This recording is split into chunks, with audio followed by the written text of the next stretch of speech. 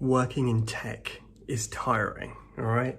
You probably don't see this a lot on social media because people like to glamorize what it's like to work in tech. But let me tell you the reality of what life is like working in tech, right? Particularly if you're working in an agile environment, all right? How it will normally work is you'll join like a team, you'll have your daily stand-ups, all of that, and then you'll have ridiculous deadlines, right? Like things will be like squeezed in as much as possible. You'll be working 8, 9, 10, 11 hours maybe, particularly when there's like crunch time and the client's been sold X, Y, Z, and then now you have to deliver it, right? You're kind of stuck. And so it is exceptionally challenging, right?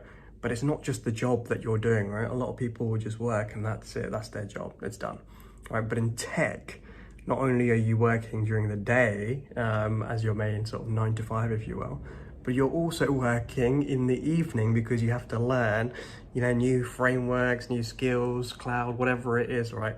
There's always something new that you have to learn. And that is the most painful part of tech, right?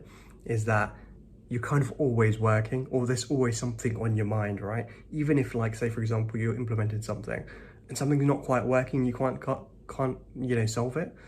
You're always thinking about that problem. Even when you try and switch off, you're just kind of in the back of your mind, just thinking like, oh, how can I solve that? How can I do that, right?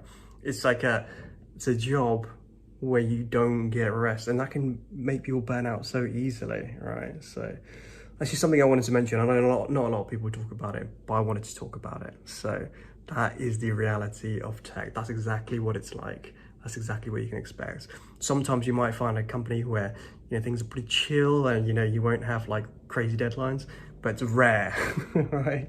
You will have to deal with those kind of things, particularly if you're working agile. I don't know what it is about agile, but it just doesn't work.